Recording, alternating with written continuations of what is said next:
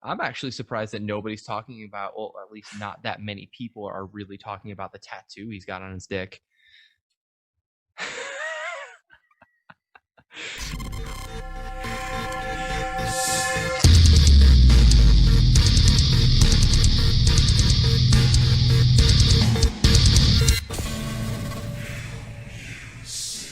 just want you on top of me, Kyle.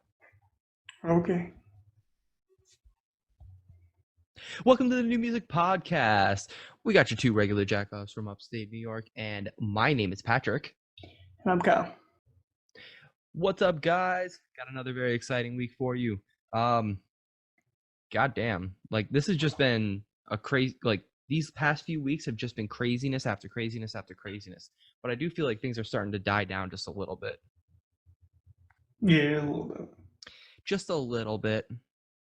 All right, so I have to make mention that before we even open up this whole Emmure diss track thing, I just got to start by saying, like, all the major headlines got this fucking wrong. Way wrong. Metal Sucks being namely one of the ones that did pretty much the worst job on this story, because it's not really a diss track. It's a creative way of throwing band names into a song, or at least that's how I interpreted it. I would hope that most other people who heard it thought the same thing. I mean, I can see it as a call out. I can. Through the lyrics I can, but So let's get into it so that we can actually, because you have a Metal Sucks article and I have a Metal Injection article. I also have a PRP article, which is the one that I feel kind of got this story right. So, oh god, they really start the article by saying Frankie Palmieri made a funny with I've seen God. Come on. All right. Yes, we do see what he did there. As you may have guessed, the track seems to be more about scene music. Yeah. There's even a part where Frankie raps referencing to various scene bands like Attila, Thy Art is Murder, Stray from the Path, Knocked Loose, and Stick to Your Guns. Say you stick to your guns, but you stray from the path. Not a killer like Attila. When you feel my fucking wrath. Broken teeth, get knocked loose when I get nasty. Murder thy art when I'm stepping on the track. Nails in the coffin, ice in my vein. Pass me the crown, so fit for a king. I don't see what part of this is like actually dissing on any of these bands. They didn't finish it. They didn't oh, there it is. Yeah, right there. See, you can be next. Yeah, you can be the one, but you'll never be me, so you'll never be God. Yeah, that's. I was like, okay, so they're just not going to finish that. All right, cool. I get how this part seems like a diss track. I don't really, personally, I don't. But I'd love to hear your thoughts on it. I mean, if you're going to call out a bunch of people, I mean, he's not dissing them per se, but he's basically saying you'll never be me, basically.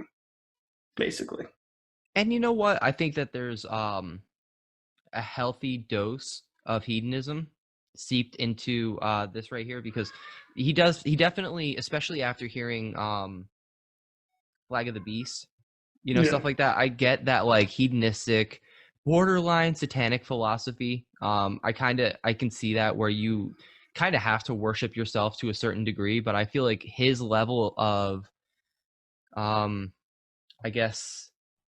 ego is somewhat healthy. I don't see his ego, not as of late. As of late, I would say his ego is somewhat healthy. I think in the past he had an unhealthy dose of ego. That's very apparent in both his music and his actions in the scene. I don't know. He didn't say anything racist, though, so I guess that's a good point that Metal Sucks makes. Jesus fucking Christ. I love how we had to make that apparent. Well, I mean, it's sad that that's just the way that the world is right now. Oh, God. I really, like, don't want to fuck with this in so many ways, but of Mice and Men issue a statement on Austin Carlile allegations, and it's updated. So this is newer than what we talked about last week. So Alternative Press founder Mike Shea, I think that's his name, Shea. I don't want to say Yeah. Shea because I'm Shea gonna just call. sounds Yeah, I should see Shay. Yeah. He came forward with the following statement as to when they or why they did not publish the story they had been investigating regarding allegations against Austin Carlile. Speaking via Alternative Press tonight, June 10th, Shea said, "Oh boy, here we go. You see this? Fucking kill me. All right. All right, Kyle, give me a beat. I'm going to try to scream. I'm going to try to scream this as quick as I can." I'm not giving you a beat. All right. Not giving you a beat. Here we go. First, I wanted to sincerely apologize to the survivors who felt silenced by us in regard to the allegations made against Austin Carlile. Great start. Great start. Yeah. You hear my neighbors out there? Oh, that's not my neighbor. kid. That's my neighbors. I thought that was your neighbor or your kid. Okay, so long story short, because the windows in my bedroom, and there's the backyard right there. My windows are in my bedroom are right. Everything out there is amplified and brought all that sound is brought straight into my bedroom. Not much I can do about that unless I actually want to like put up wall dividers over the windows. There's just no way. Moving on. I wish I could say something to make the pain from abuse go away. And while I realize that my words might come up short for some, it is my hope that you and the survivors can take comfort in the actions we are taking to enact change. Also, I think it's time for a change. Okay. In light of recent events, in the current state of culture, we are going to introduce some new faces to the world effective immediately. I'm pleased to announce the new editor-in-chief, Paige Owens.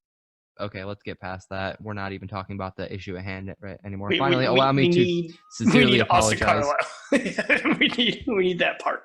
Okay, right where it says, we would also like to tell our readers, no, skip that. The Austin Carlile story, here we go, was never kept under wraps. It was not published because we could not check all the boxes we, as journalists, must check. In journalistic integrity, that's a thing. Interesting. Okay. Interesting. That's good on them because they definitely made some bad allegations in the past. Questionable. Yeah. During the period that the allegations surfaced and the investigation began, accusations and scenarios came to light. From the information that we have been able to review, these claims were not verifiable by sources or though official legal documentation, formal complaints, police reports, witnesses, etc. In addition, some of the individuals we spoke to had changed their position on the story or involvement for a variety of reasons. At several points during the investigation, additional sources were willing to go on record to corroborate events went silent. Okay, so some of these people decided to completely just pull out of the whole story. I wonder why. So there were canceled interviews and stopped responding to our follow-ups. There were also people who refused to talk to us at the time who are now saying online they were never approached. Interesting. Continue. Just continue. Ultimately, we realized that perhaps reliving the situation could cause painful feelings for survivors, and that's why they could no longer participate. We must navigate the old world of traditional media and also the new world of social media. The former is the time-tested world of journalistic due diligence, where things are investigated and vetted thoroughly, and the latter, social media, where media companies can be thrust into having to make an instantaneous judgment in the span of a URL. That's very true, though. I mean, yeah, it's very true, but it's like, that's just media and the internet. You know what I mean? Anybody with an opinion can go to Twitter and tell the whole Anybody world. with an opinion anywhere can go anywhere. It doesn't have to be on the internet. Specifically on Twitter, you can reach those celebrities very effortlessly. And for that, actually, that's how it works on Twitter. That's actually the next line. But not in journalism. We choose to not be one of those sites, regardless if it didn't give immediate satisfaction to our online community and opened ourselves to charges of not caring, which couldn't be further from the truth. I mean, at least we're making sense so far. This isn't a complete bullshit article or statement at this point. Yeah. Oh God, I got my face. That's what she said. You're right. That is what she said. Good. That's what she should be saying. Hey. You know, in light of what we're talking about here, I should probably keep those types of comments to myself. I'm gonna clean my glasses now. Continue. You're killing me, bro. I fucking hate having glasses. I'll be there in another 5-10 years. I'll be having bifocals by next year.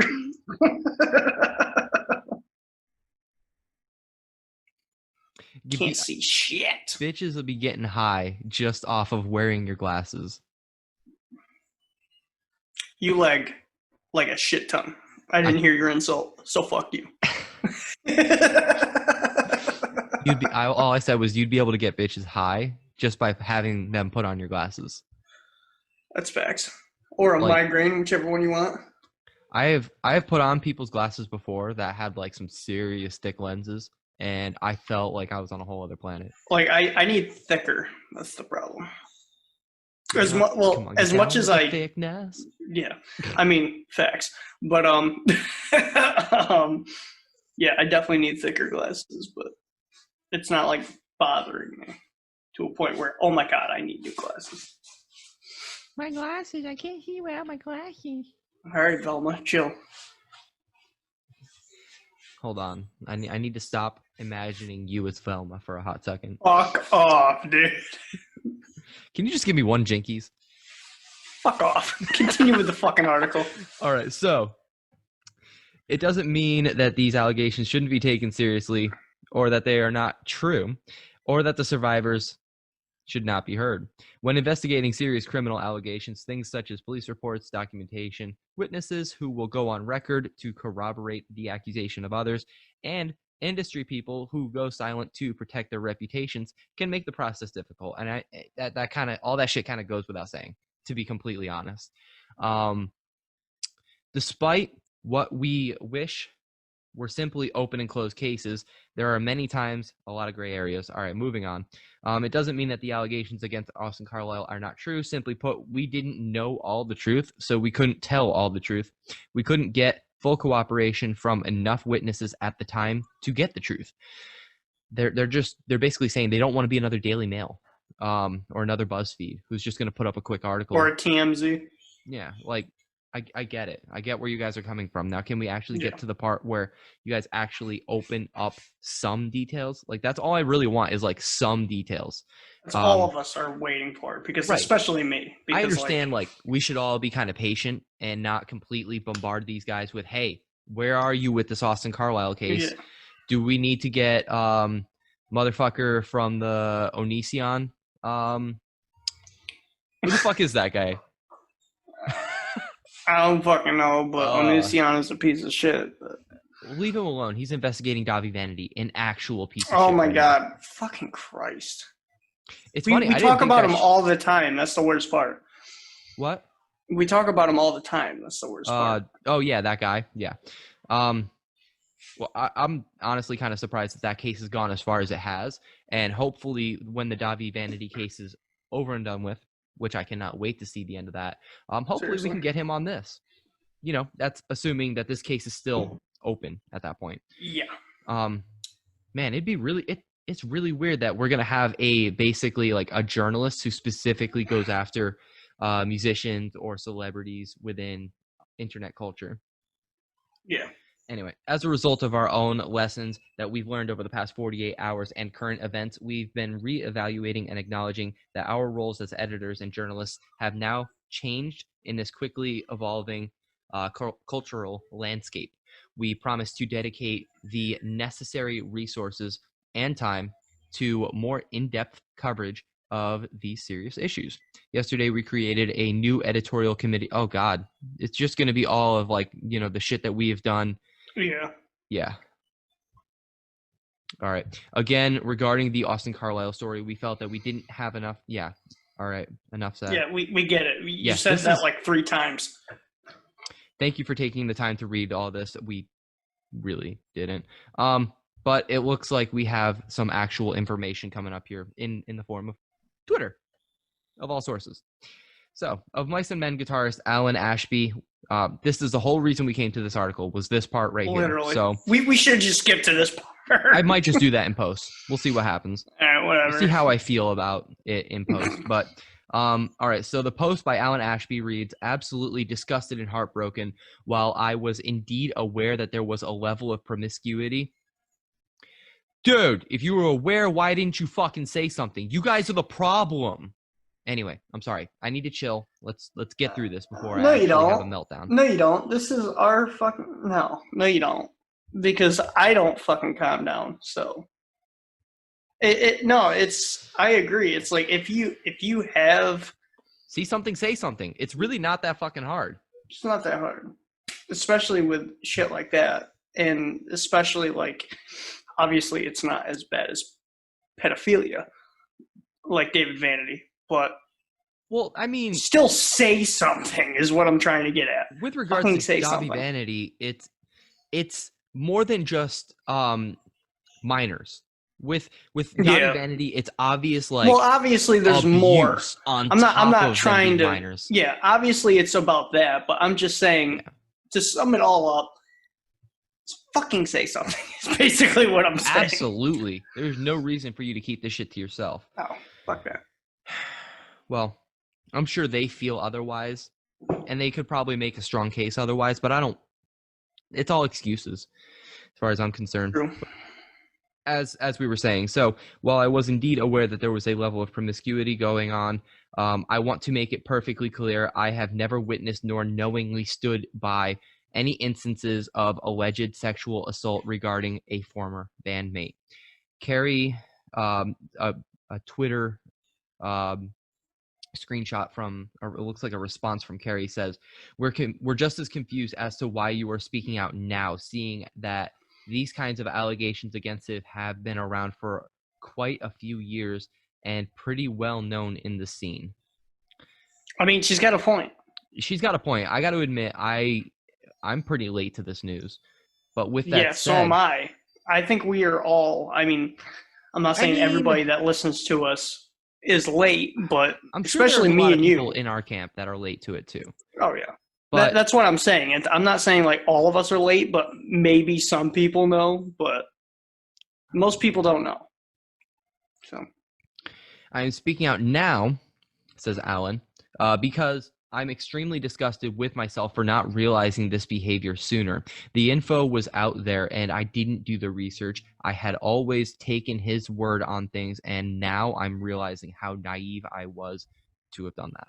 So I can kind of relate, because up until now I have seen Austin as a genuinely down-to-earth, chill dude. Like, that's how I've always seen him. I see him as like a down-to-earth sweetheart, basically, is what that is. Like, the kind of guy that goes and beats the shit out of somebody who was talking shit about his fans. Basically. That's the Austin Carlile I know.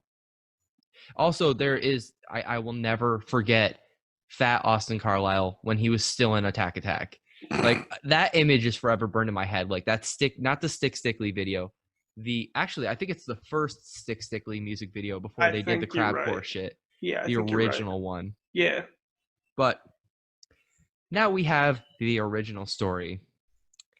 Now, Of Mice and Men have addressed serious allegations currently circulating against their ex-frontman, Austin Carlile. If you're aware, yesterday, June 8th, a woman identified as Caitlin Stifler. Now, is he done with his cancer? Did he like overcome it, or what the hell is going on with him? That is an excellent question. I am sure that he is still kind of doing treatment, but because I in haven't the heard picture, anything. yeah, me either. But in the picture, if you go all the way up, he looks fucking dead. Like, Yeah, you're not kidding at all. He like does. his He chemo looks. is kicking his ass. Is basically what that is. But to be fair, I mean, chemo takes it out. Chemo Chemo fucks will you. bring the toughest motherfucker down to his knees. I don't care who you are. And just think, that's what your grandma or somebody's grandma is, just, you know, a regular Tuesday for them. Yeah. Think about that. Think about how tough your grandmas are. Why is it my mind goes straight to like a grandma in the pit being like, come at me, bro.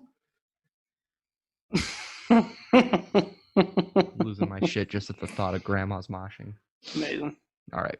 Moving on to more serious matters. We have Caitlin Stifler.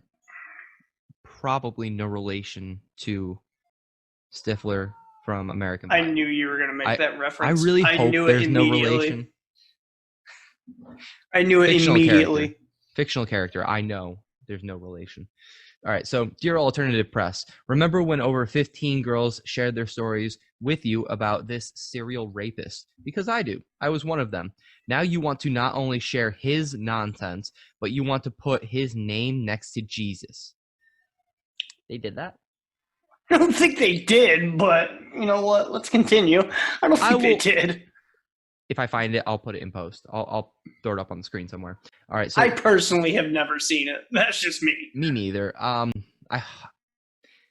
hope this isn't true, but I wouldn't be surprised either. Alternative press has these moments sometimes, but yeah. No, just no, it's not okay. The alternative community has followed you for years. Excuse me. The alternative community has followed you for years.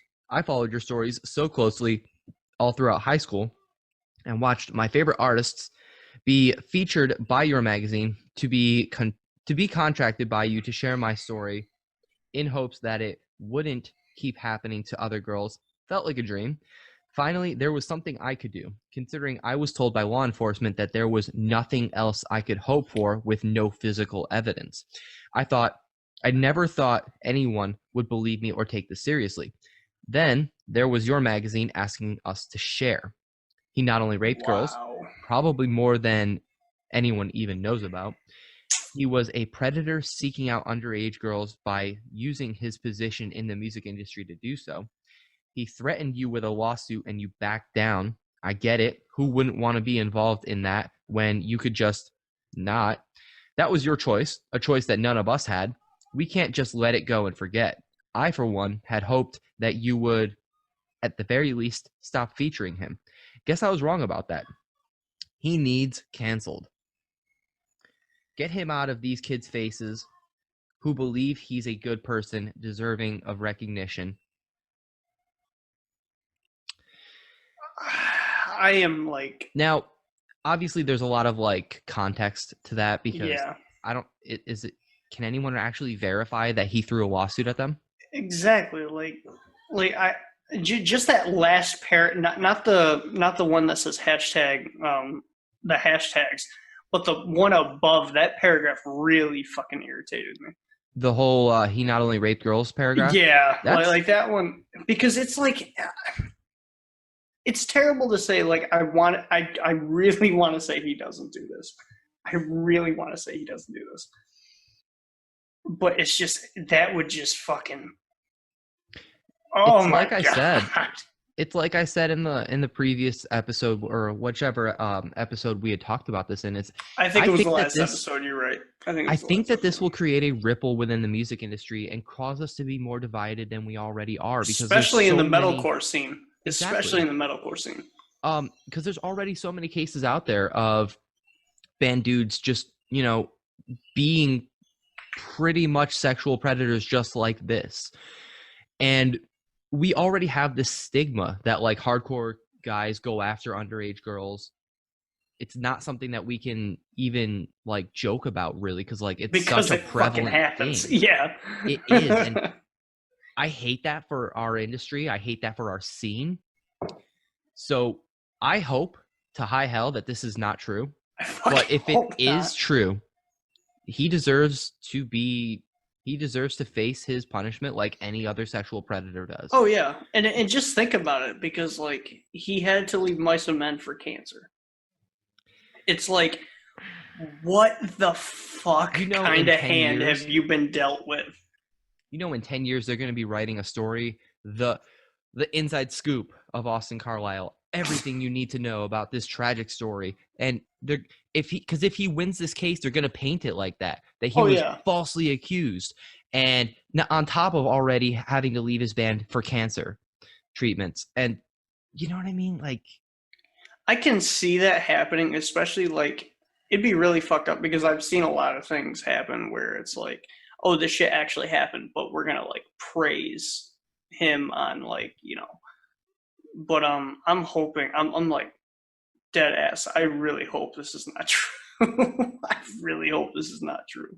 So it looks like her husband, Jonathan, also came forward with a series of tweets asserting that alternative press had interviewed multiple women who had come forward with allegations of sexual assault perpetrated by Carlile, only to shelve the story under the legal threat.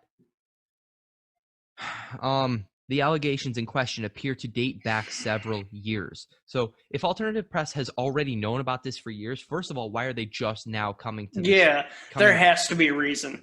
There has to be a reason. There's no other reason. Personally, I think it's financial. Usually this type of shit, it's either financial or legal. When editors like this decide to shelf a story, mostly I think that what they want to do is they want to protect their ass and make sure that they're covering the story right, so that they aren't completely ousted by the scene after a false claim. But at the same time, who would want to get sued over this type of shit? Like, I get that. True. I do get that. So alternative press posted the following tweet in response: for legal purposes regarding the Austin Carlile accusations, the story couldn't run as it was told. As a female-led LGBTQ plus editorial staff, we're going to reopen and find the answers you're looking for. We do not condone any of the accusations, and this story will be heard. So that is as of June 19th. It is the 15th now. So we're going to be holding them to it. Now, Austin Carlile's former bandmates in Of Mice and Men have come forward with the below statement on the matter. Yesterday, we heard for the first time of an alleged article that was written and apparently subsequently shelved regarding a former member of our band. They need to stop referring to him as just a former member of the band. It's Austin Carlile. We know who you're talking about. This individual, continuing with the vagueness, has not been a member of Mice and Men for almost 4 years, and neither the band nor the team around us has had any part in suppressing any such article. We absolutely condemn sexual violence and harassment in any form. From Aaron, Alan, Tino, and Phil. All right. Thus far, Austin Carlile does not appear to have publicly addressed the matter. Because he's fighting cancer. Okay, now I understand where she was going at with the name right up there with Jesus. This is it right here. Okay, that's a bit of a stretch the way she put it. Because, that's especially. I mean, he's a religious man. Yeah, especially with this article right here. Just the title reads it right here. It says it right there. Austin Carlile says Jesus is coming back amid current events. All right, so I don't know if you follow the latest conspiracy trends, but they're saying that because of the way that our calendar works, that 2012 was not supposed to be the end of the world. It was supposed to be 2020. Yeah. Or 2021. I don't give a fuck. Yeah. I don't, because it's not going to happen. All of these end of the world conspiracies end the same way, which is us going, well, shit, we're still here. We'll get them next year. Well, yep. We'll get them next year. Don't worry about it. Don't you even worry about it, man. All right. Next year. Like I said, the guys at PRP, they don't fuck around. They know their shit. They do pretty good journalism, although we do not feature them nearly as much as I would like. So There's that story right there. He looks so bad, bro. He looks so bad. And I don't know if it's the way that this picture's edited because it's really dark and a lot of shadows. It could be that, but Instagram really quick. I haven't been on Instagram in a hot minute. Oh, look at the Metal Merch Co. doing their thing. We love you. We fucking love you. Alright. Mr. Dickey. Mr. Dickey. Fucking answer us, dude. Jesus. Whoa, do you see this? You see that? Good news, good news, good news, good news. He's bordering on the evangelical with this shit. Yeah. Wow. Oh my God. Okay. For the listeners at home, I have to actually read these posts out loud. So it looks like June 6th, he posted, "If God is determined to stand with us, tell me, who then could ever stand against us?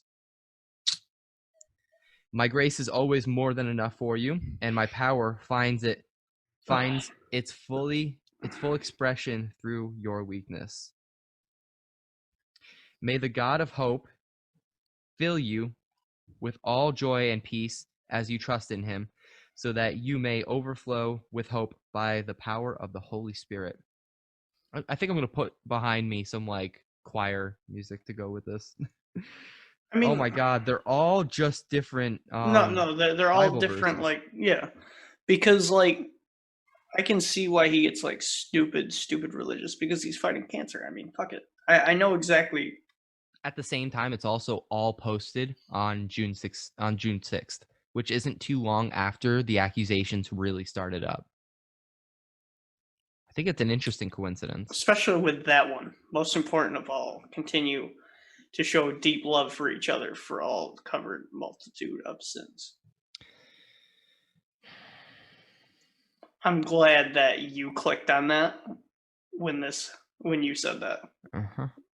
That's an interesting Bible verse to pick. Of all the ones, especially amidst, being accused of sexual allegations, you're going to say most important of all, continue to show deep love for each other, for love covers a multitude of sins. And for the listeners that are not seeing it, that there are parts where they're highlighted. Yeah, the parts that are highlighted in that one specifically, is for love covers a multitude of sins. So, goddamn, Austin. Please don't be that guy. Yeah, I fucking hope not. I fucking beg. All right. On to the next one. So last week we talked a little bit of Bracewar's member, Rashod Jackson. I think that's their drummer. I'm not actually sure who, because I haven't been familiar with this band at all. Yeah, me either. But last week we talked a little bit about him calling out the Ghost Inside's Jim Riley for past usage of racial slurs. And so there's been obvious like back and forth regarding the matter. And so here is his response after all of that kind of shit died down. So it looks like on June 7th, these coffee burps are really kicking my ass. Holy shit. Anyway, earlier today, on June 7th, Jackson issued another statement on the matter to explain his side, and it reads, "While calling out racist behaviors of the Ghost Inside, the band and their fans brought up some homophobic statements I made a few years ago. The things I said in the past are not a reflection of the person I am today." So, hold on. Hold that thought. You're going to make a call out. And then when you get called out, that's the first fucking thing you say? I got you. Hold up. I got you. Hold up. Irony. Hypocrisy. Let's see what else this man's got to say.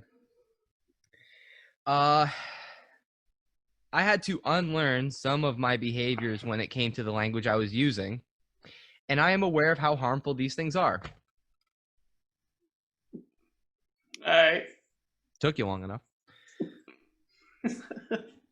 But, let's let bygones be bygones. Let's see what else he had to say. All right.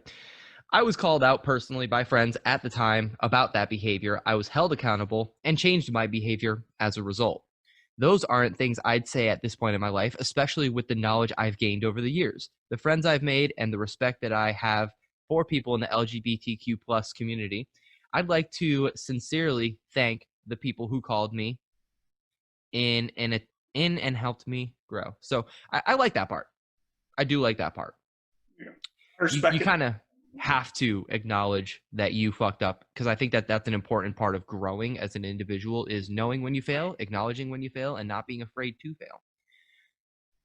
But come on, you that article or that statement, that whole opening statement. Yeah.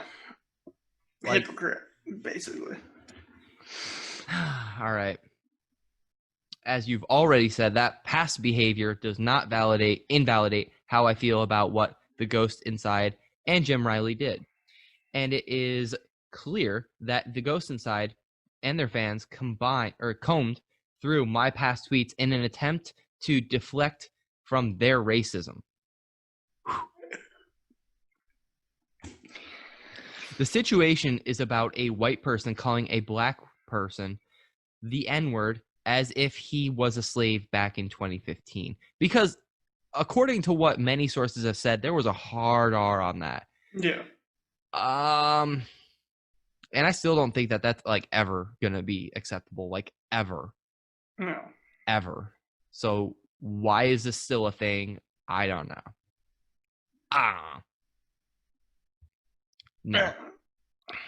Knowing that someone in the band had consistently used a racial slur and was doing nothing about it, only to then decide it was appropriate to use the Black Lives Matter movement as a way to promote the release of their record, is tasteless and inappropriate, especially in the current events. This issue should have been, okay, so really what he meant to say is this issue should have been handled before the originally matter in 2015. Okay, so there's some typos in there. But before the original matter in 2015, they should extend a helping hand to the black community that has been destroyed recently. And I think that that was what they were attempting to do with that shirt, because I'm pretty sure the proceeds to that shirt. Okay, first of all, when bands have been making these shirts, they're not profiting off of it. They are donating it to either Antifa, to George Floyd's family, or they're doing it to BLM directly. So I feel like that's what they were trying to do here. But I think it's still fair that they called out his use of that word, but I don't think that I do think that cancel culture this was an example. I hold that whole point of view I had last week, that this is an example of cancel culture being brought too far, because he didn't even have a chance to really defend himself. Yeah, at all. At all. They were already just all right, bye. Oh, you remember that time you said the N-word 5 years ago? Yeah. You don't have a job with us anymore. See you later. And you know that there probably was some hypocritical elements to that, because I'm sure if he was saying that, I'm sure the rest of the band was saying it. Because the way that the story is being spun is that they would be in tears laughing so hard at someone simply using the word. So, I don't know. I don't know about all that. I don't fucking know. Black people have been dealing with the issue of racism for over 400 years.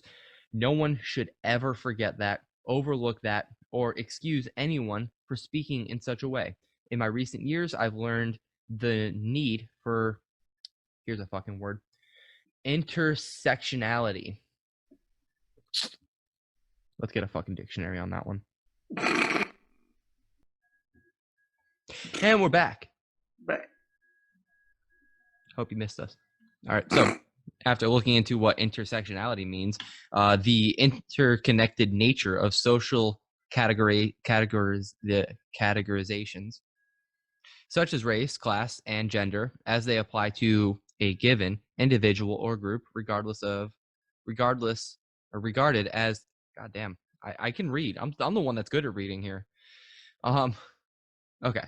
Regarded as creating overlapping and interdependent systems of discrimination or disadvantage. So an example of that is through an awareness of intersectionality, we can better acknowledge and ground the differences among us. So that's what that word means.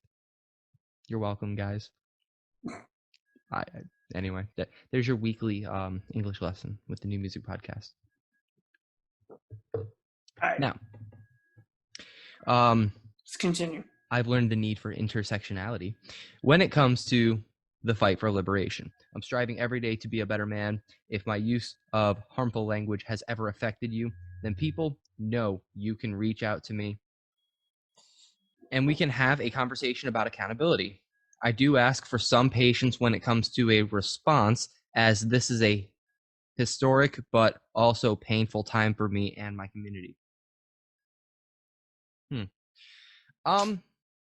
I think that there were some really well said parts in this. Yeah, and there was also some very cringe and ironic hypocrisy kind of vibe. Mostly that opening statement. Yeah. But with that said, I mean, he had every right to call them out. I don't know. Just why wait so long? Because it's relevant. I don't know. I hate to say it, but like that's kind of just what's been going on. It's like, oh, we're in the middle of this massive movement. Let's all hop on the bandwagon. Pun intended. Yeah. So anyway, it looks like Jackson was found to have publicly called out the Ghost Inside behavior back in 2015. Yeah, we already talked about that. We literally just talked about it, yeah. For clarity, some of the homophobic tweets Jackson posted around 2010 to 2013 were shared on Twitter below, along with his original explanation from earlier this week. Here's the deal. I was called up. Okay, I already talked about that. Yeah, we already talked about that last episode. Was I wrong? Absolutely, yes. Okay. That there's no actual showing of. Yeah. So, thanks, the PRP. Thanks, PRP. For lying, but that's besides the point.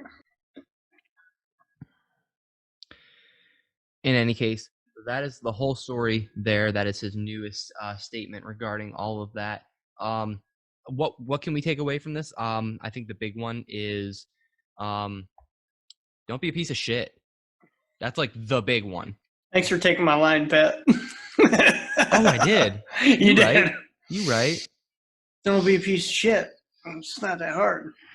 It's really not. The big one here really is like, I think, accountability, if I'm being completely honest. No, I agree.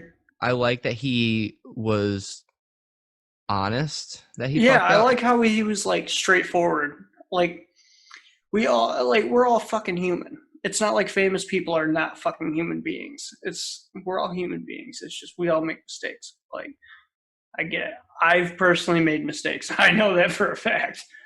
Some of the shit still haunts me to this day, but it's like, what are you gonna do? You can't roll with it. Exactly, you got to roll with it. So, but with that said, it's an exciting chapter in world history, and for that, I'm thankful to be a part of it, to be here. Exactly. Even though I am not directly contributing as much as some other people, I'm still stoked. Yo, your boy. I like seeing those pictures, man. There's I'm just gonna go right out and say it. There's a lot of people that I did get a lot of DMs. I did get a lot of positive and also very, shitty people, basically. Unfortunately, some of those shitty people were part of my family, unfortunately. But I'm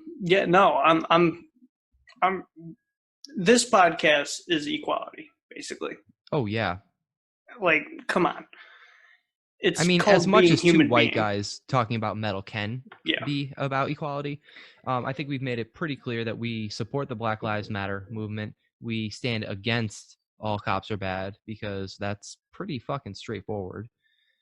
It's possible you can be both. You can be both. You can think that there are good cops in this world, and you can also support Black lives. And it also is Pride Month, so hashtag Pride Month. Yes. Let's fucking celebrate that. I can't unlearn this information now that I've seen it, but SpongeBob being gay is being such a shock to people that why is it that's where my mind goes when it comes to Pride Month? But fuck it. Because the problem, it sucks that all this has to do, all this Black Lives Matter and stuff. It sucks that it has to be in the Pride Month.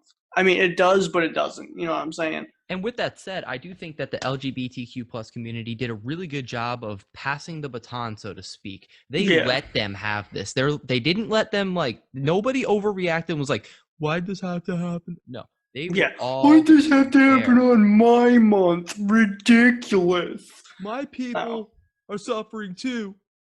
No. We know. Yeah. We know. Trust me, we know. And I love seeing all of the LGBTQ plus people out there in these protests. That part's pretty fucking great. It's funny. When I was protesting, I saw a lot of people that I went to school with, and I saw a lot of people, new people that are teachers and stuff like that. There was a new teacher in Scottsville, which I went to, Scottsville High, Scottsville High School, junior, senior high school.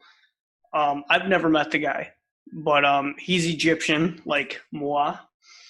And he held a sign saying, "Are we next?" basically, for Egyptian people. And he was he was the head person that was going through the whole, he was the leader basically of the protest and shit like that. So it was very moving, obviously very emotional, very, very, very emotional. This is an emotional time. Oh yeah. We went to a monument that we have. I don't think I've shown you, Pat, but we've definitely been straight. When I showed you the mill, we went past it. But we went to that part and stood put one knee on the ground for 9 minutes, and it was very emotional. But yeah, I'm fully supportive of that shit. So. I mean, not that my excuses really matter as to why I don't actually go out and publicly do it. Mostly it just has to do with working as much as I do and wanting to not have my kid be harmed in any way because of this. Still go out there and support, but I do think that that's some place that a small child, someone under 5, under 10, doesn't belong. I mean, they're also just way too young to know what's going on. It also depends on where you are. Yours, I can see, where you live, I can see that. Where I live, it's a very, very peaceful place. It was surprising to see Troy's protest go so peacefully, even though that's what I was surprised with. Literally across the river on Green Island, things were way different. Same with Schenectady too. Schenectady was very peaceful, kind of. That's actually it. I love it. It's just showing that these areas that have high Black populations can be peaceful. Yeah. Schenectady and Troy being one of are obviously if you're from upstate New York, you know that these areas are very high populated with Black people, and that's great. That's great to see that those areas a lot of violence. Peaceful. And they're especially associated with a lot of violence. Yeah, but the gang violence that happens here. And happens on 2 streets. Yeah, exactly. Speaking of gang violence, there was a picture, and I found it crazy. It was Bloods and Crips together protesting, hand by hand. Are you serious? Yeah, I'm dead ass serious. I wish I can find that fucking picture, but there was it was 4 different. I think it was 3 or 4 gang members of each gang tied their bandana blue for Crip and red for Bloods and then black, and they were just tied together and holding up their fists up in the air together. And it's that is, oh man, 90s babies something. Who were there for all of that shit, you guys were shook by that information. I know that. You guys saw how violent those groups and were. Just the sheer picture of it got me chills. Like just thinking about the picture right now is having my hair stand up on my arms and all the way down my neck. Man, it just makes me wonder what people like Biggie and Tupac would have said and what they would have done during these times. Be fucking crazy. Yeah. I know it's off topic and not like relevant to what we do on this podcast, but Hobson put out a pretty interesting song. And actually, Nick, we talked about him with the M&M shit. Oh, Nick Cannon. Yeah. Yo, Nick Cannon's song was actually very moving. I was very pleasantly surprised by that. I haven't heard it, but I know he's really big into it, which that's great. I was so shocked when because I came by it on Facebook and it started playing and I was like, oh, it's Nick Cannon. Oh shit, this is about the protest? Hold on, let me go check this out. Yeah. Because I was expecting not to like it at all. But dude, that guy goes in and it's real. It's actually the first time I've heard a Nick Cannon song I actually enjoyed. So yeah, that was really powerful. Yeah. I don't want to get off topic, especially with the Black Lives Matter, but 6ix9ine actually put up a post actually about his.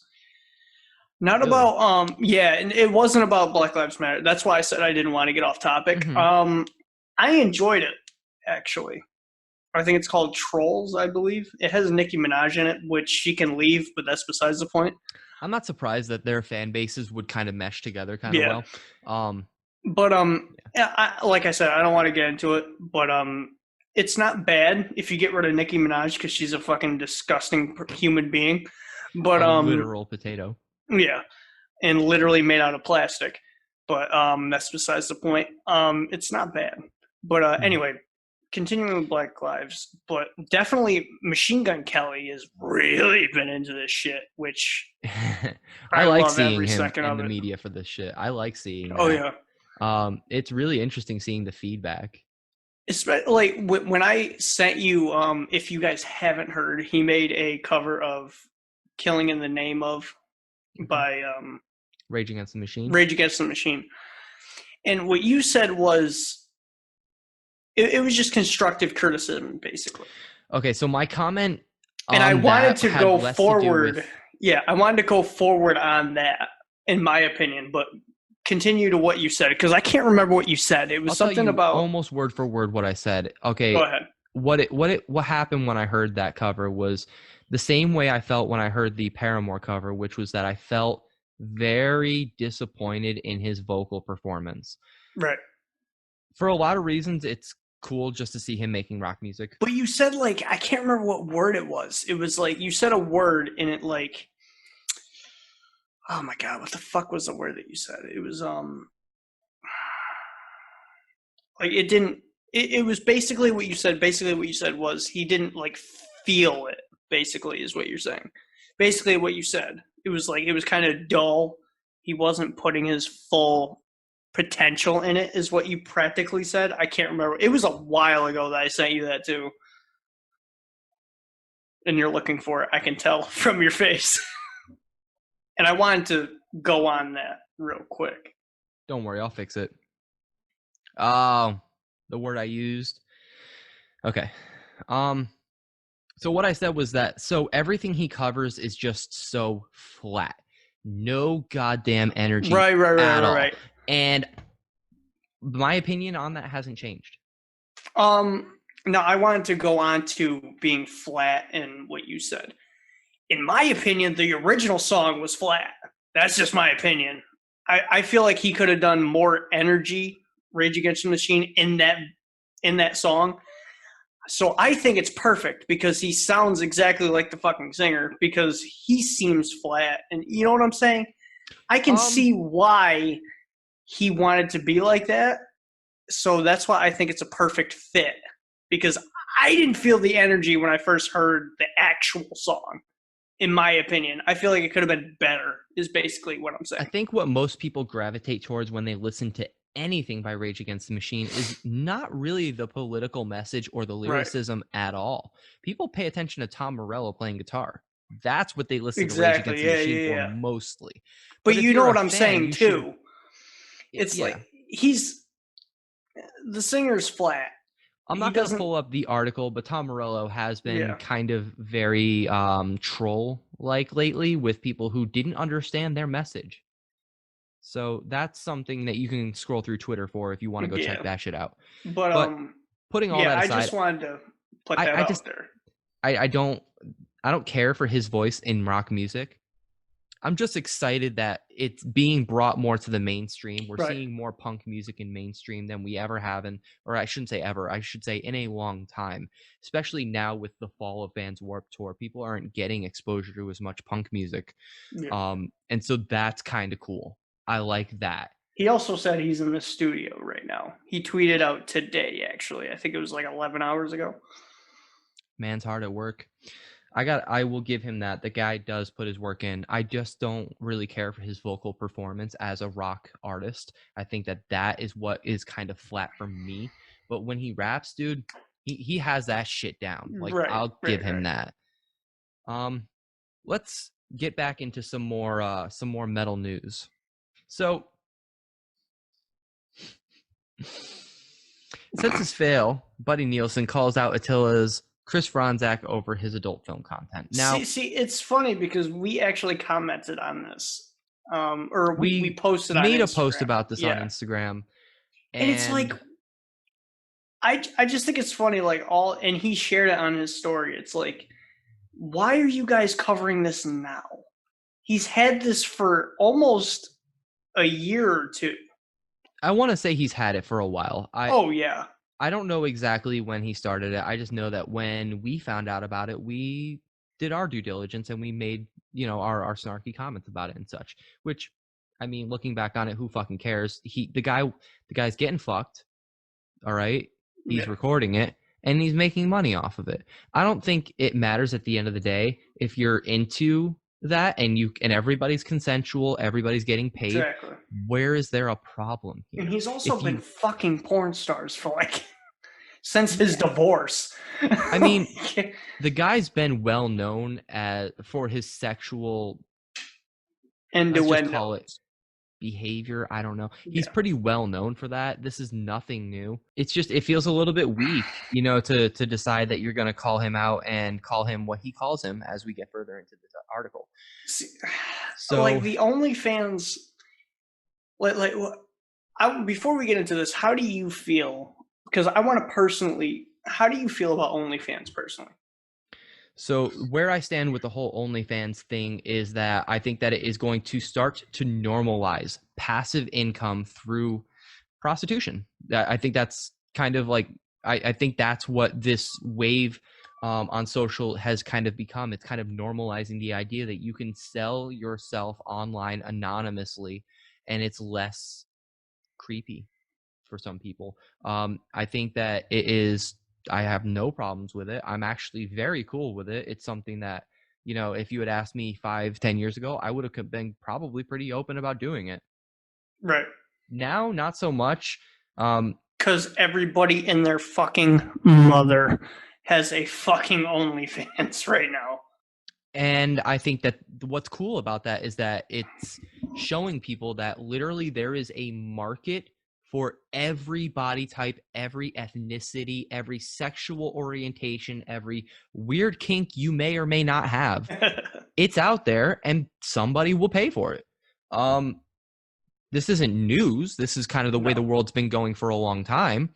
But, it's kind of cool to see that it's kind of being rolled out. And I've said it before, I'm for brothels. At least if there's brothels, those women are getting tested regularly. They're clean. And you're in an environment where you don't think someone's going to just randomly beat the shit out of you or kill you because you're there's that element to it. I don't mind it. Like, it's just there's free porn. I'm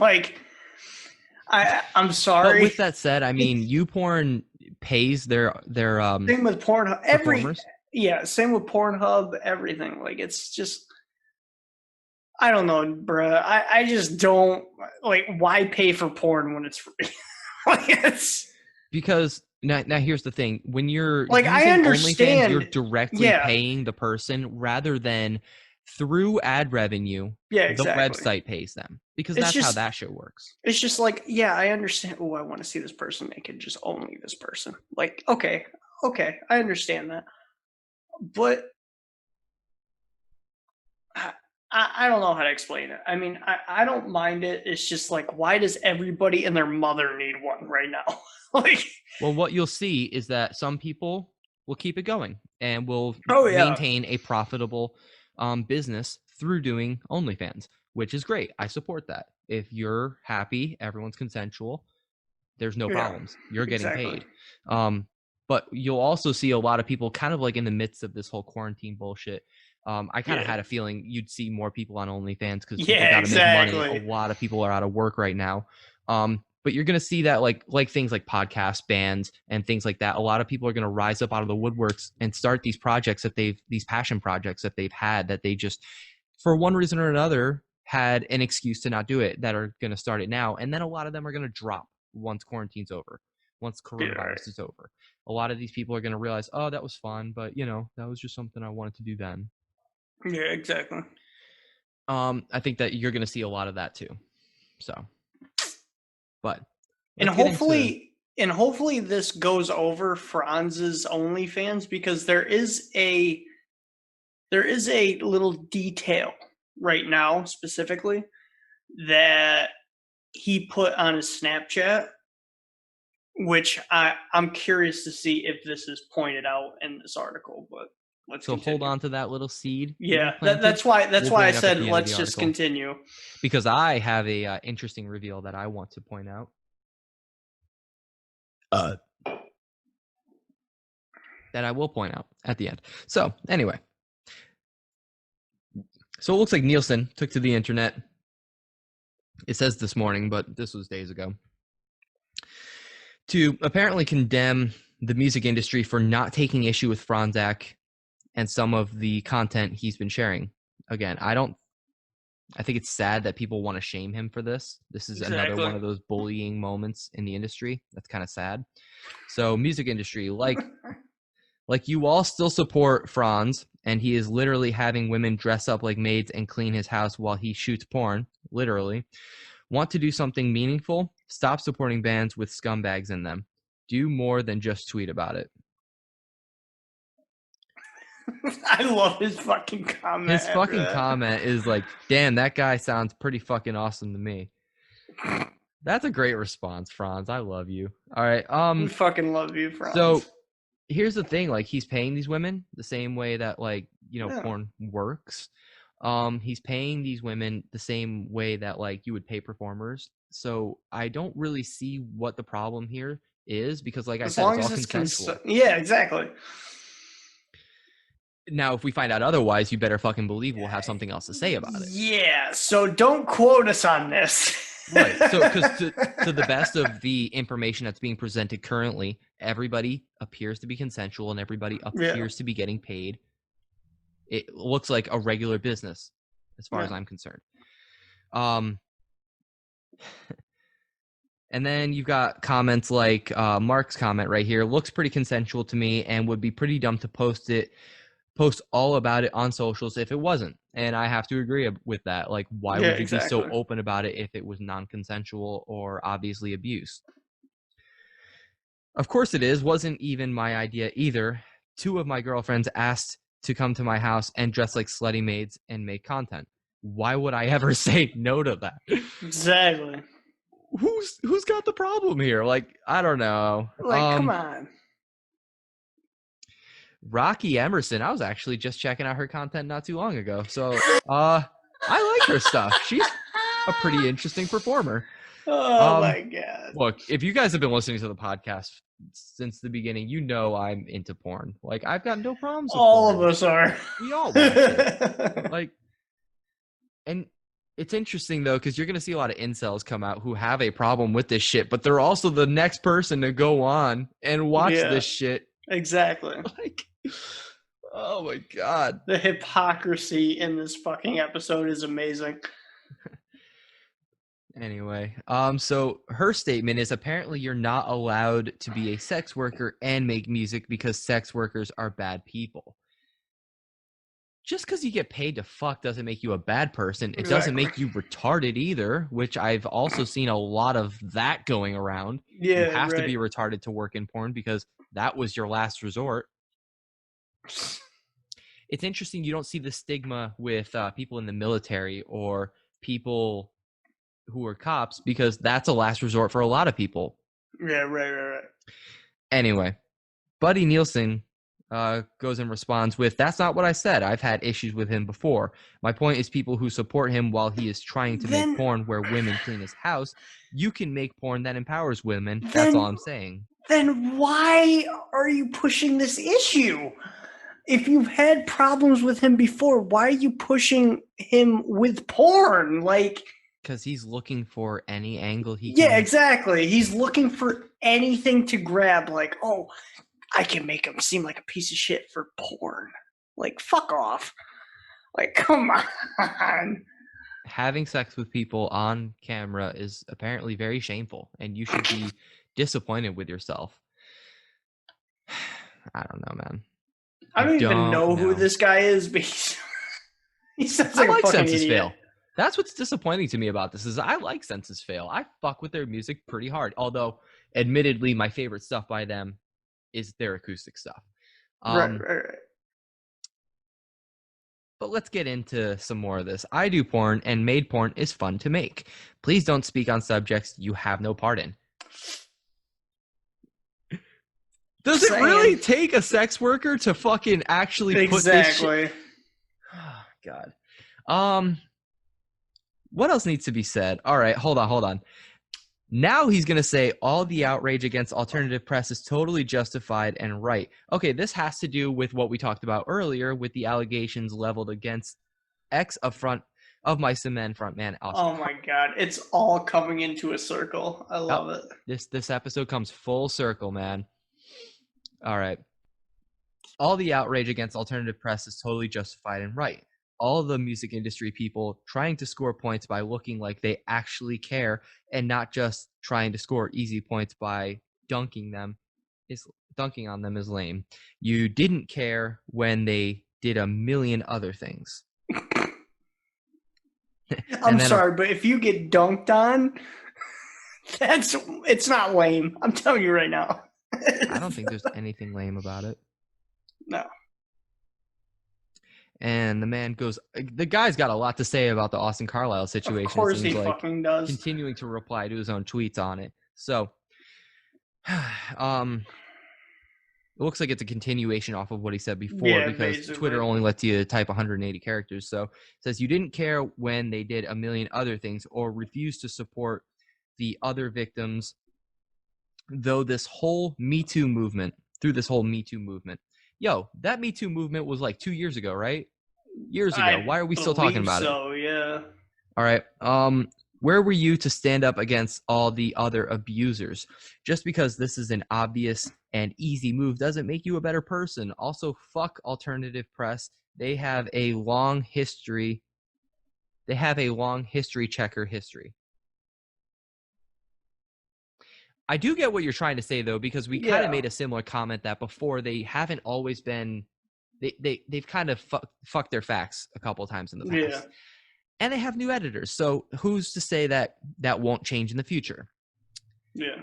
Also, you all supported Austin when you knew he was a bad guy, yet you are trying to save face by slamming the magazine, which is totally in the wrong and should be slammed. But you went along with it. You went along with all of it because it was easy. Basically, what he's saying is, I agree with all you guys saying that he didn't do it, but bashing on the news article. That doesn't make any sense. Where it's looking so far is it looks like he is giving everybody a rash of shit because he is PMSing.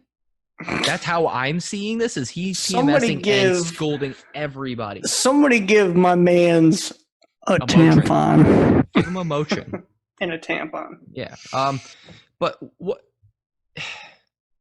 everybody is kind of echoing the same statement at this point, which is if you had a problem with it then, why are you saying it now? Exactly. Everybody's in that camp right now. But you know what?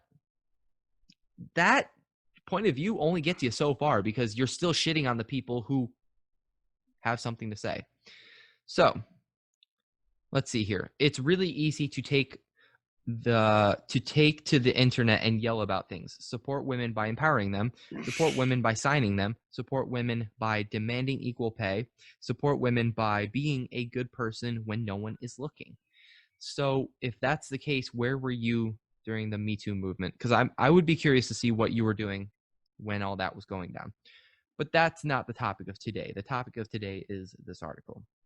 Now, it looks like Rocky came back with more. Oh, she's fucking swinging. All right. Support women but not thinking. Okay.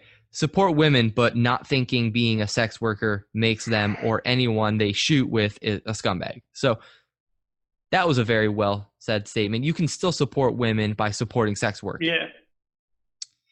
I don't believe being a sex worker makes anyone a scumbag. Excuse me, that's exactly what you said about Fronz. Yeah.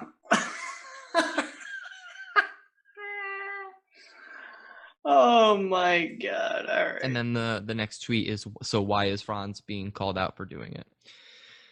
Hard to be an empowering person when you have the history he has. We've had issues in the past, and I find this whole new avenue is just a part and parcel of his lack of character. I think if there's anything about Fronz, it's that he is a character. Then why are you talking about it? Honestly, we should just end this article here. He's an idiot. Like, oh my god, dude. It is a lot of back and forth. Yeah. A lot of bullshit. Wait, go up. Hold up. Go up again. Did he say faggot? Oh my god. Right there. Industry who feign. No. Yo. Hold on. Right. Okay, we have to talk about this part. Hold up. So industry who feign outrage at various things yet also have the back of a Fronz. That's it. I have an issue with him okay, I remember years ago when he had this issue with Fronz for using the word faggot. All right, now, if you've heard him talk on the matter, he was okay. It shouldn't need to be explained why he said, now who's the faggot now? Because in that song, he's talking about when people were calling him a faggot. Yeah. Now, I take outrage when that word is used, mostly because I've been called a faggot. Like, I'm the guy that used to... Who hasn't? Like... That's fair. But at the time, I've had a very feminine look many times throughout my history, and I've been called a faggot, and I've literally had the shit kicked out of me for it. I get it. I get why people have a problem with the use of that word. But kind of understand the context before you get pissed off at just the word being used. Exactly. This isn't like when, people have dropped the N-word just because they thought the N-word was funny. There was some context to that. I think a great example of Chris's character is if you go and listen to the episode of Lead Singer Syndrome where Chris is on for an interview. That's an excellent conversation, and he has a lot of really good points. One of my favorite being that he does actually post or write songs with meaning to them. It's just that those aren't the ones that get headlines. It's when he says outrageous shit. That's when he makes the headlines. Yeah. But here we are. Talking about it. Let's just breathe through this because this is fucking long as shit. All right. So Buddy says, I'm shaming him for making porn where women play maids and clean his house. Let's stop pretending the guy is a good person. And then the next comment being, he is a good person. You're trying to make him out to be something he's not. You've been at him for years for no apparent reason other than you don't like his lifestyle, which there's nothing wrong with. That's well said right there. That's it. Let's just wrap it up here. That's the whole fucking story in a nutshell. Yeah. Oh, yo, look at this response right here. Oh, Followed up with him later that night saying, the fact that some old jaded band dude tried to attack my character because I consensually make porn blows my mind. There are so many legit issues in the world right now, and you're going to call me a scumbag because I make porn in a very respectful and fun environment. Eat shit, dude. Yeah. I second that. And he continues. Seems like some people just want to attack people for the sake of attacking people without any real criterion. I think he's trying to say criteria. Yeah. I'm not sure. I could just not know what that word is. Focus that effort on real scumbags, racists, rapists, etc.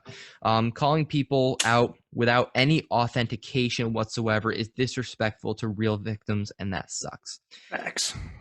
Seems like the PRP did a really good job this week. Yeah. Props to you guys. Like I said, I've always supported your guys' publication.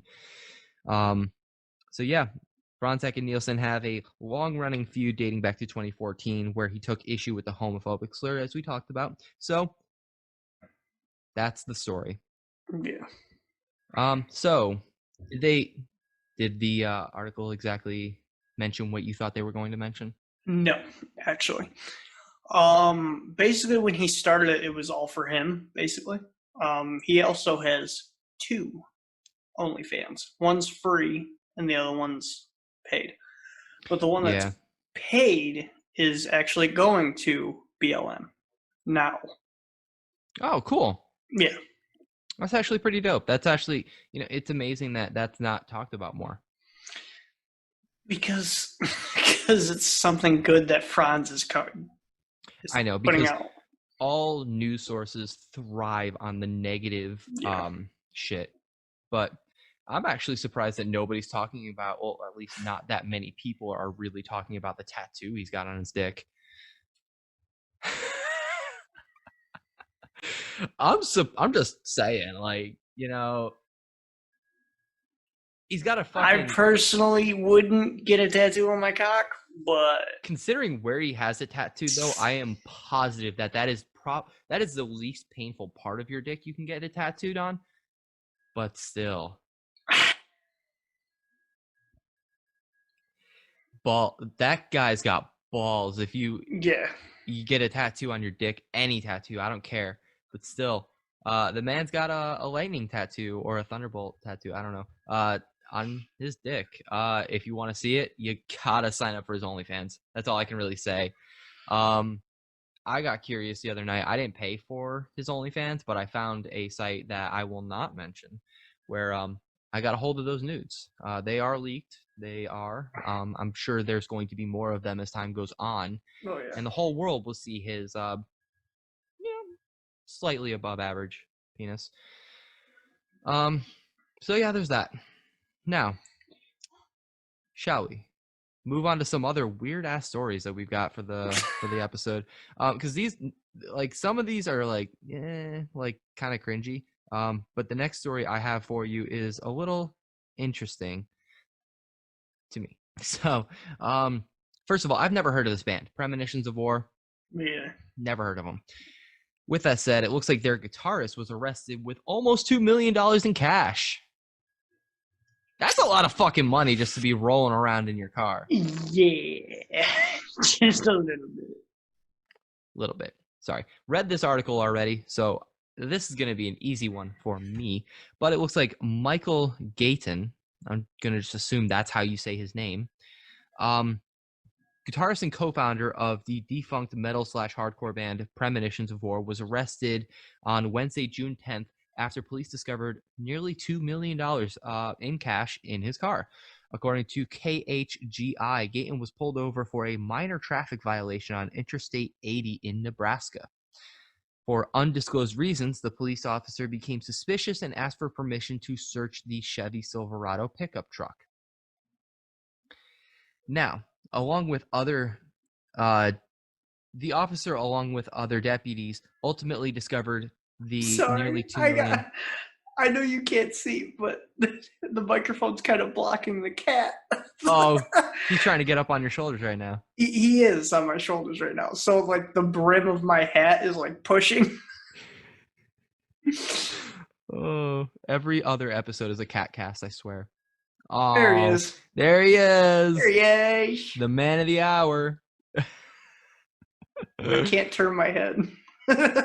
Get used to it, man. That's where he's gonna I live. know.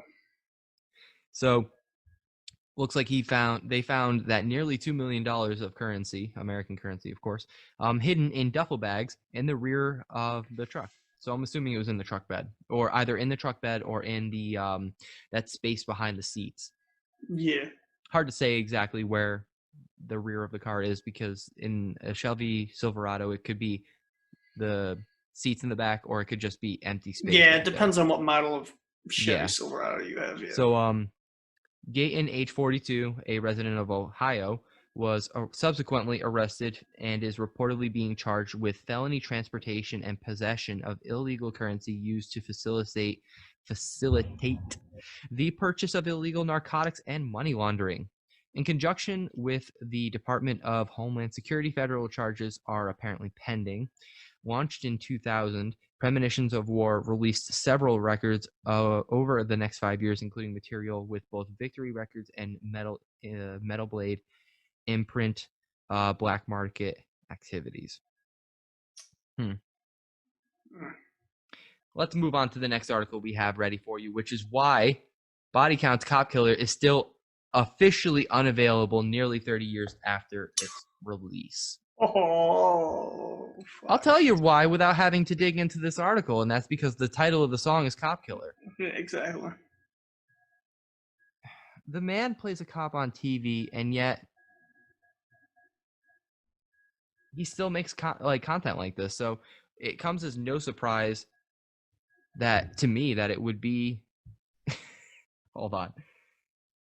This article right here. That Rolling Stone headline. Got a problem with that? I think a lot of people do.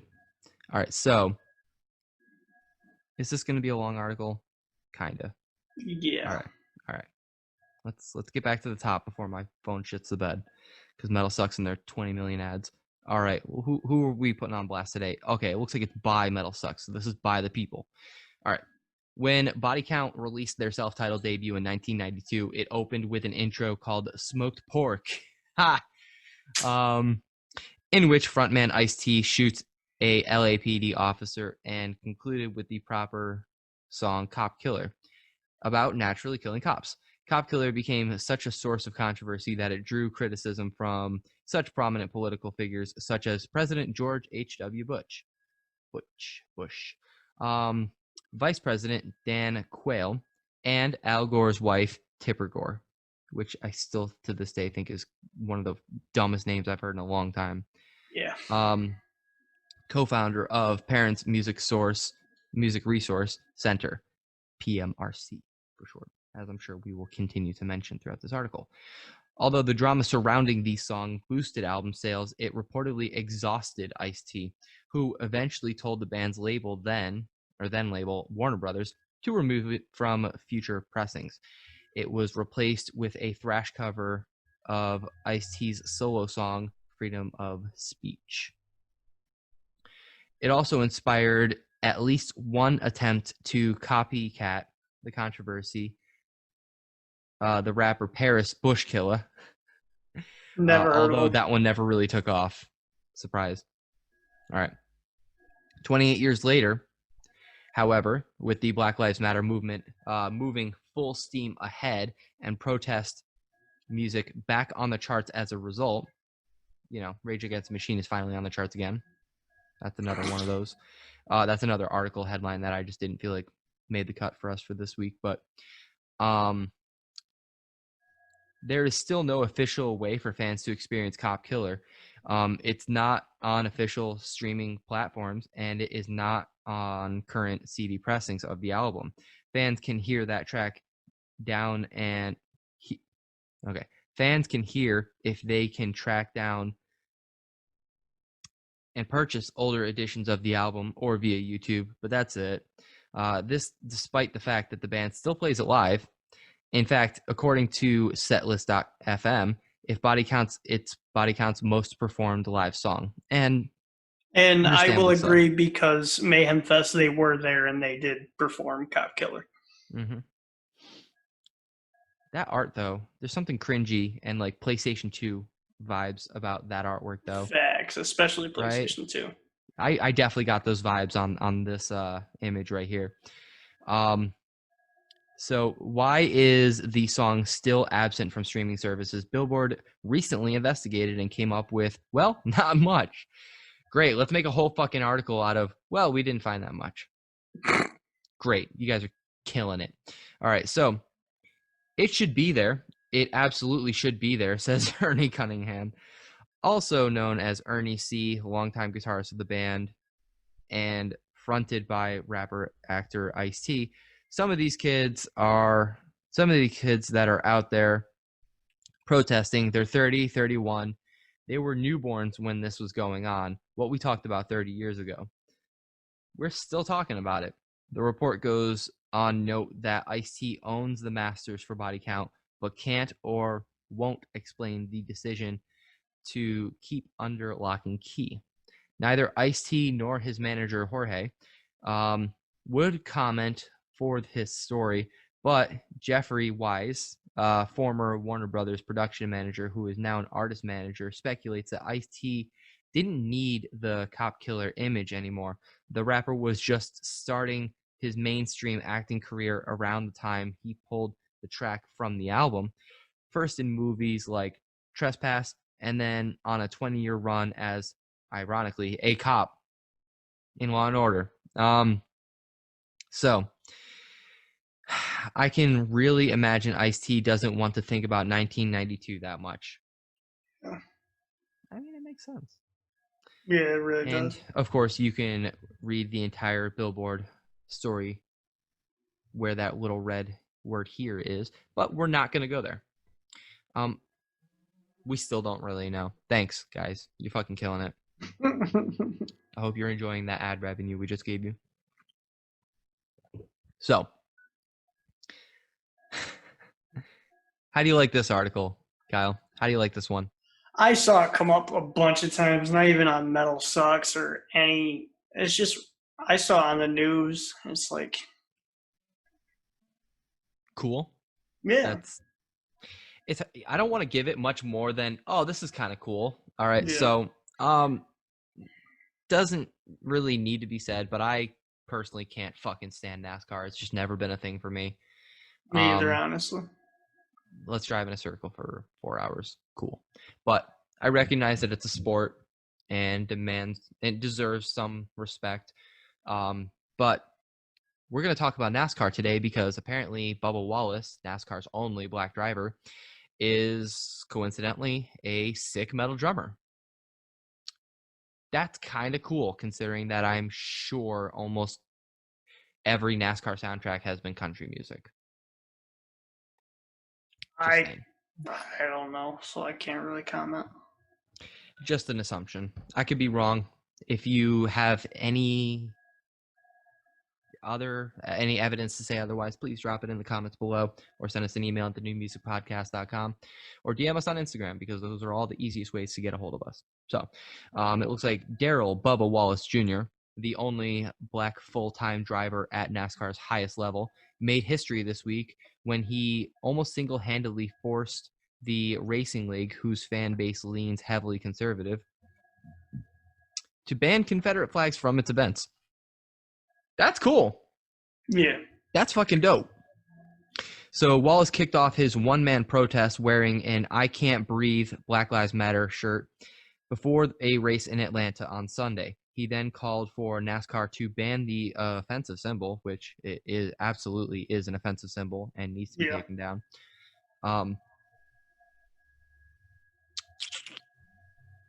Which has long pervaded its broadcast and its events.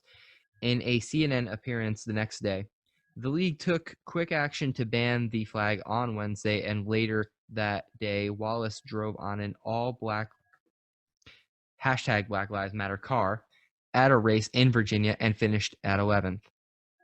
His best rank ever at that particular course. That's all I'm gonna give that is. I've seen the car. It's really nice. I like it. I hope they have a picture of it in this article. I hope they do too, because it's really nice. But Wallace's badassery doesn't end there. He's also a metalhead and a sick drummer to boot. And I heard something in here that there's gutturals, so I can't wait to get to that part. Oh God. You know, I love my gutturals. All right. Wallace has been open about his love about heavy music in the past, talking about how his music genre of choice has helped him get through some dark times in his life. Wallace has also been an outspoken advocate for speaking openly about depression. That's also pretty cool. In a series of tweets last year, he explained, "A lot of people have come up or reached out to me after speaking about depression, thanking me. To this day, never understood why at first, but living in this society today, we are judged before we speak or do. Labels are placed upon us instantly, and it's not fair." Which, yeah, that's fucking true. We face a lot of trials and tribulations in life, basically a lot.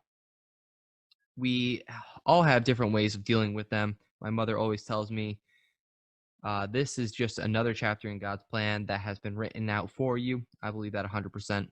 All right. And we don't need to get too heavy into the God shit. Music is powerful on so many levels. I've had kids and teens come up to me telling me they battle with depression and what can they do. I tell them to find something you love and can't live without. Music is my jam, pun intended. The more frustrating days, the heavier the songs. And this next one I really fucking love. I love my heavy metal screamo rar stuff. Cute.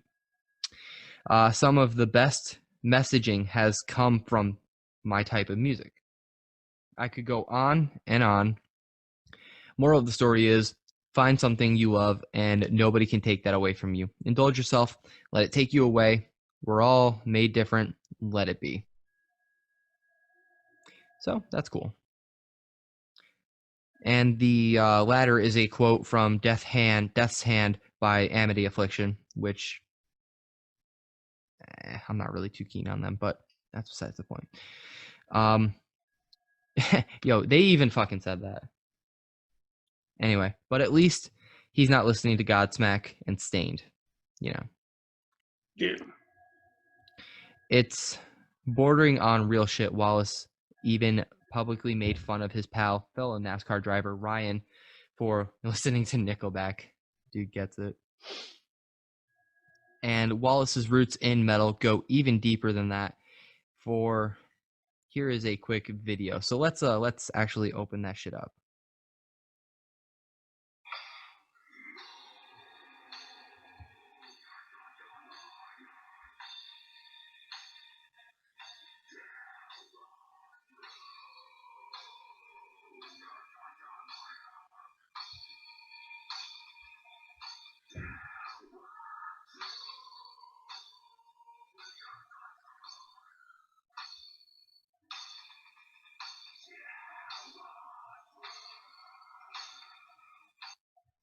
Okay.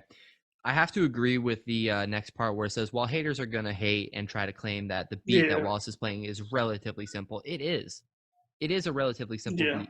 But to be able to play that still takes talent. That's not just something that anybody could get behind the set and just go and play. So let's take that for what that is.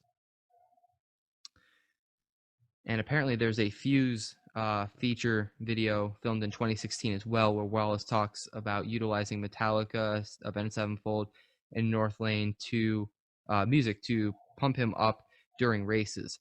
Says he's all about the breakdowns and shows some air drumming skills. That's I guess this part really sums it up pretty well, which is, my hat is off to you, Bubba, for being both a badass civil rights activist and a metal drummer. Let's jam sometime. By our good old friend Vince Neilsen. So that's pretty fucking cool. That's all I can really say about that. Still kind of pissed that the picture wasn't on there, so I'm actually going to Google that really quick. I mean, for what it is, I guess that's kind of cool. Yeah, that's about all I can really give that. That's still pretty cool, though. So, let's close this article with some advice, life advice, with your boy, Rob Halford. Kyle, I can see how excited you are about this. I'm not gonna lie, I'm stupid tired right now, and I haven't eaten yet, so. That's fair. I'm still looking at that burrito from almost 2 hours ago. So I know what I'm eating after we're done here. But let's close this off with Judas Priest's Rob Halford offers advice for closeted gay metalheads. It's kind of surprised that this hasn't come sooner, but here we are. Yeah. He isn't the most famous gay man in metal. Okay, that's one way to start an article. I'm sorry. I misread that. Hold on. Judas Priest's singer, Rob Halford, isn't just the most famous gay man in metal. He's a trailblazer. Okay. I think I can't be the only one who went straight to a dirty place in their mind when I read that or heard that. Yeah. Halford came out of the closet at a time when there was absolutely no guarantees that the metal community would accept a gay man. And I'm willing to bet his example led plenty of fans to feel comfortable coming out too. And I fucking hope. Hope. So, seems only appropriate during Pride Month that we at least have one positive story about a gay man in the metal scene. So, it makes sense that Rolling Stone recently asked Halford if he had advice for metalheads who feel like they're stuck in a very straight culture but want to come out. To which the metal god replied, kind of cringe at the term there, but, well, you don't have to feel as alone as I did. At your fingertips are all of these resources, places you can go to help steer you through making that decision. It is up to you to decide. I have friends that are still deeply closeted of their own choice. That's just the way it works for them. Gay metalheads, man, just come and join us and just get out and just have a blast. Have a good time with your life, and don't be afraid. It's just fear more than anything else. Fear of rejection, fear of being kicked out of the house by your family. It's just unbelievable how there are always cruel aspects within a family that you didn't know. But please, don't let that stop you. It's your life. Claim it. It belongs to you. Pretty well said for the most part. Yeah.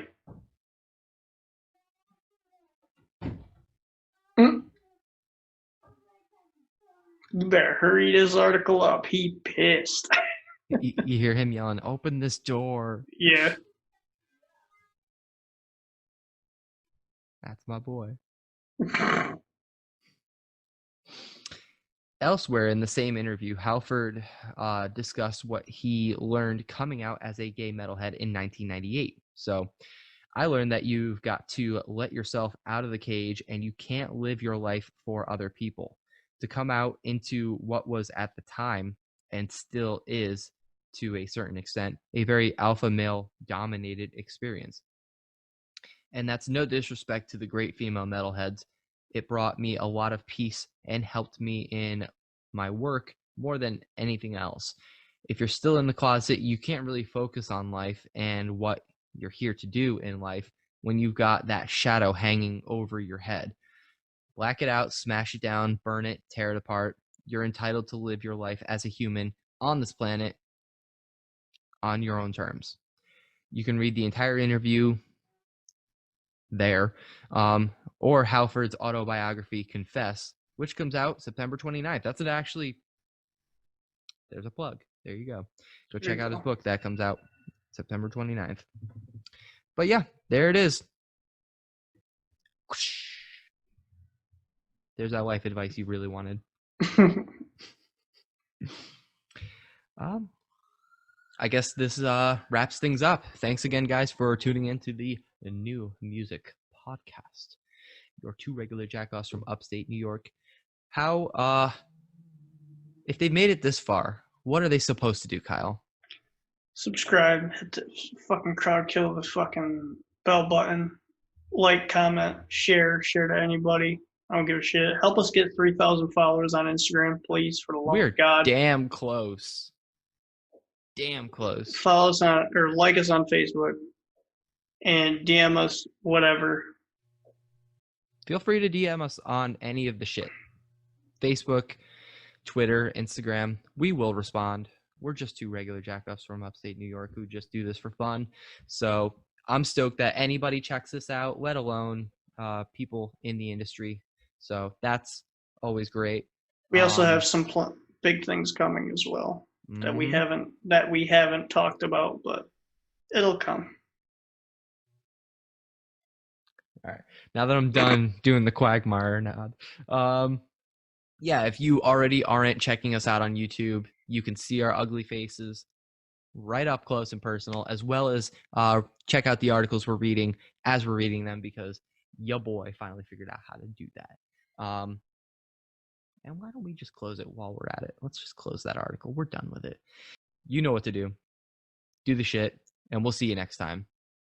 Bye.